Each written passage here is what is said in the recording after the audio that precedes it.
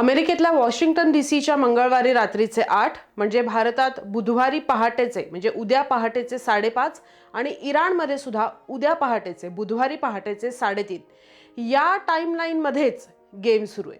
या वेळेच्या आत जर इराणनं स्ट्रेट ऑफ हॉर्मुझ ओपन केली नाही तर इराणमध्ये ब्रिजेस राहणार नाहीत, पॉवर प्लांट्स राहणार नाहीत आणि एका रात्रीत आम्ही इराणला संपू असं थेट सांगितलंय Donald ट्रम्पनं. The entire country can be taken out in one night, and that night might be tomorrow night. We're giving them till tomorrow, 8 o'clock Eastern Time, and after that, they're going to have no bridges, they're going to have no power plants.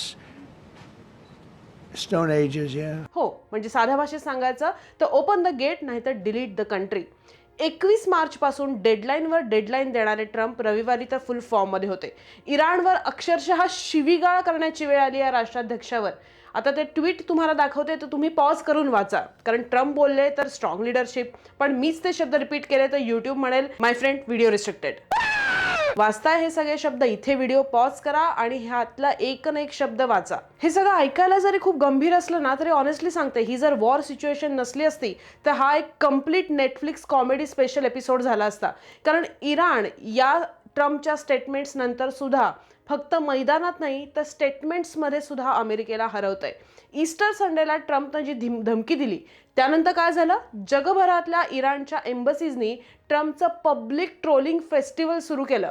South African embassy काय म्हणली, America war जिंकते पण फक्त हॉलिवूडमध्ये. इंडियामधली भारतामधली इराणियन embassy म्हणतेय की हरलं की रडणाऱ्या लाडावलेल्या पोरासारखं वागू नका, ओल्ड मॅन म्हणजे म्हाताऱ्या. कमीत कमी शब्दात अपमान करण्याचा ऍक्च्युअली मान आता झिम्बाब्वे मधल्या इराणियन एम्बसीला मिळाला पाहिजे. कारण जेव्हा ट्रम्प म्हणले हॉर्मुझ ओपन करा तेव्हा ही एम्बसी म्हणतेय किल्ली हरवली. आणि मग साऊथ आफ्रिकन एम्बसीने लगेच रिप्लाय केला, किल्ली फ्लॉवर पॉटच्या खाली आहे फक्त दोस्तांसाठी. म्हणजे फक्त डिप्लोमसीच नाही तर फुल ग्रुप चॅट रोस्टिंग सुरू आहे फुल पॉवर मध्ये इराणचं. एकीकडे अमेरिका लोकांचं मत बदलायला मिलिटरी एलॉन मस्कचा प्लॅटफॉर्मचा वापर करते. तो कसा हे आधीच्या एपिसोडमध्ये सांगितलंय.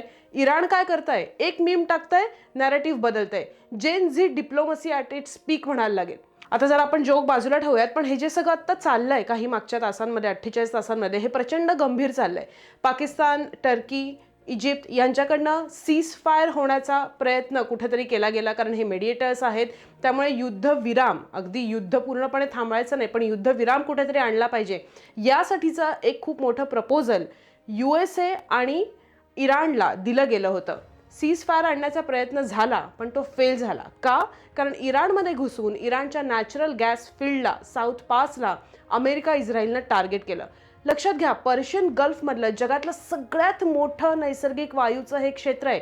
हे 2 देशांनी शेअर केलंय, एक इराण आणि कतार. इराणच्या बाजूला जो आहे त्याला म्हणतात साऊथ पास आणि कतारच्या बाजूला आहे नॉर्थ डोम. थोडक्यात एकच गॅस फील्ड आहे पण 2 देशांची पार्टनरशिप आहे. मागच्या महिन्यात सुद्धा इथे हल्ला झाला होता, आठवतंय? तर आत्ता जो लेटेस्ट हल्ला झालाय त्याच्यामध्ये इराणच्या रिव्होल्युशन गार्डमधल्या गुप्तचर खात्याचे प्रमुख मेजर जनरल माजिद खामेनी यांचा मृत्यू झाला. आताची सिच्युएशन अशी आहे की द क्लॉक इज टिकिंग. मेडिएटर्सच्या हातात यश मिळेल असं वाटत होतं पण तसं आता होताना दिसत नाहीये. प्रत्येक तासाला घडामोडी बदलत आहेत. आधी बातमी आली की सीज फायर होऊ शकतं, इराण आणि USA या डेडलाईनच्या आधी युद्ध विराम कुठेतरी देऊ शकतात. पण लगेच पुढच्या काही तासात मागच्या बातमी अशी पण आली आहे की इराणनं डायरेक्ट म्हटलंय की आम्ही काही सीज फायर वगैरे करणार नाही. रविवारी इराण आणि अमेरिकेला मध्यस्थ देशांकडनं 45 दिवसांच्या सीज फायरचं प्रपोजल पाठवलं गेलं होतं. रविवार सोमवारमध्ये मिळून शाब्दिक आणि जमिनीवर प्रचंड मारामाऱ्या झाल्या आणि इराणनं सीज फायर करणार नाही असं तर सांगून टाकलंय. काही तासांपूर्वी इराणनं एक काउंटर प्रपोजल दिलंय. त्यात 10 पॉईंट्स आता इराणनं समोर ठेवलेत.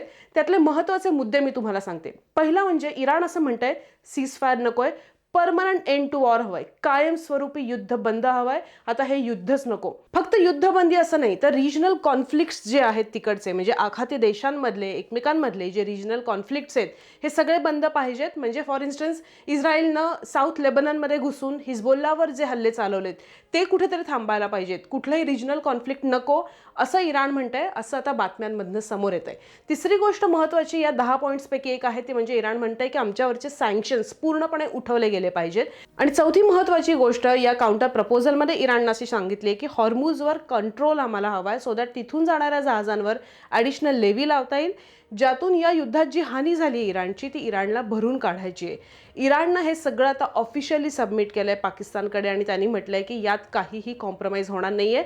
हे आमचे 10 मुद्द्यांचा काउंटर प्रपोजल आहे. थोडक्यात इराण असं म्हणतंय की गेम संपवायला आम्ही तयार आहोत, गेम संपवायचा असेल तर रूल्स आम्ही सेट करू.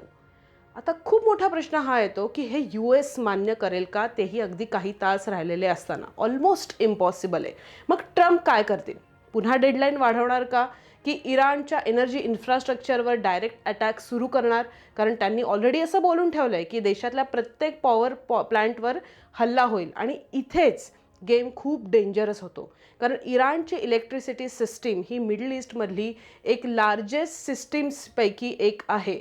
जर हे पॉवर प्लांट्स गेले तर फक्त इराण नाही तर इराक, अफगाणिस्तान, पाकिस्तान या सगळ्यांवर त्याचा प्रचंड परिणाम होणार आहे. कारण इथून डायरेक्टली इलेक्ट्रिसिटी या देशांमध्ये सुद्धा जाते. भारत जरी डायरेक्टली वीज घेत नसला तरी तेल, गॅस घेतो, म्हणजे इम्पॅक्ट इनडायरेक्टली का होईना पण हेवी होणार आहे भारतावर.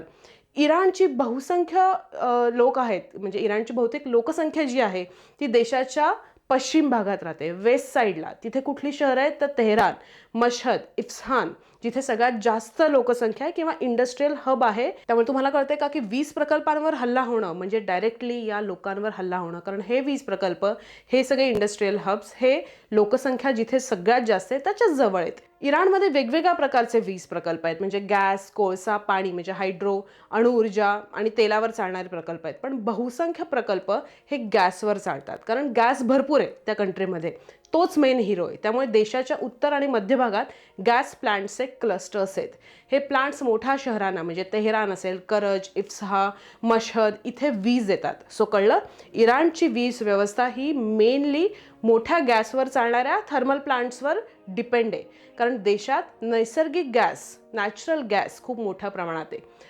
खूप मोठा धोका अजून एक आहे तो म्हणजे बुशहर न्यूक्लिअर प्लांटवरच्या हल्ल्यांचा. 1000 मेगावॉट कपॅसिटीचा हा न्यूक्लिअर प्लांट आहे, फंक्शनल प्लांट आहे आणि आधीसुद्धा हा प्लांट बऱ्याच वेळेला टार्गेट झाला आहे. इराणचे फॉरेन मिनिस्टर अब्बास अराक्ची यांच्या म्हणण्यानुसार बुशहर फॅसिलिटी आतापर्यंत युद्ध सुरू झाल्यापासून 4 वेळेला टार्गेट झाली आहे. जर पुढच्या काही तासांमध्ये USने इथे काही पुन्हा एकदा केलं तर खूप मोठा रेडिएशन क्रायसिस याची शक्यता आहे. ही स्टोरी आता फक्त इराणपुरती मर्यादित नाही आहे, ही full global domino effect story बनत चालली आहे. आणि ऑनेस्टली ट्रम्प जर पुन्हा डेडलाईन एक्सटेंड मोडमध्ये गेले नाहीत, टॅको ट्रम्प झाला नाही, तर आपण सगळे लिटरली एका डेंजरस थ्रेशहोल्डवर उभे आहोत पुढचे काही तास. ही डेव्हलपिंग स्टोरी असणार आहे, अपडेट्स प्रत्येक तासाला येत राहणार आहेत. सो स्टे ट्यून्ड, कारण पुढे काय होणार आहे, कुठल्या कुठल्या इन्फ्रास्ट्रक्चरवर आता हल्ले वाढणार आहेत आणि जी डेडलाईन आहे ती संपायला आता काही तास बाकी असताना पुढे काय होणार आहे हे कुणालाच माहिती नाही आहे आणि तेच सगळ्यात जास्त भीतीदायक आहे.